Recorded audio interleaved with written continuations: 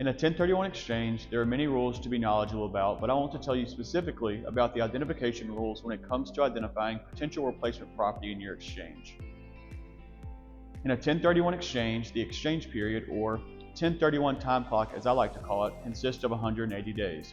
This time clock will begin the date you close on the property to be sold in the exchange, with that day technically being day 0. The first 45 days of the exchange period will serve as the identification period, where you'll have to identify to us any potential replacement property or properties that you might purchase. There are limits on how many properties can be identified, and I want to outline the 2 rules and 1 exception that identifying property falls under.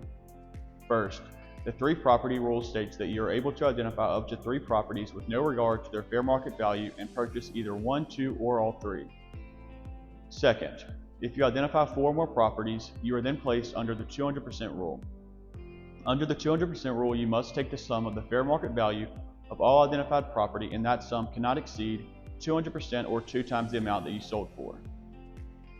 Lastly, if you fail the first 2 rules, meaning you identify more than 3 and the value exceeds 200% of what you sold for, you are then placed under the 95% exception. Under the 95% exception, you must purchase or acquire 95% or greater of the value of all identified property. With that being said, identifications must be specific and unambiguous in writing, signed by the exchanger, and delivered to IPX prior to the end of the 45-day identification period. The list of identified potential replacement properties cannot be changed after the 45th day, and what you have identified is what you are able to purchase. If no property is identified, the exchange will fail, and the exchange funds will be returned to the exchanger after the 45th day. If you have any questions about the timelines or identification rules, I would be happy to discuss further with you.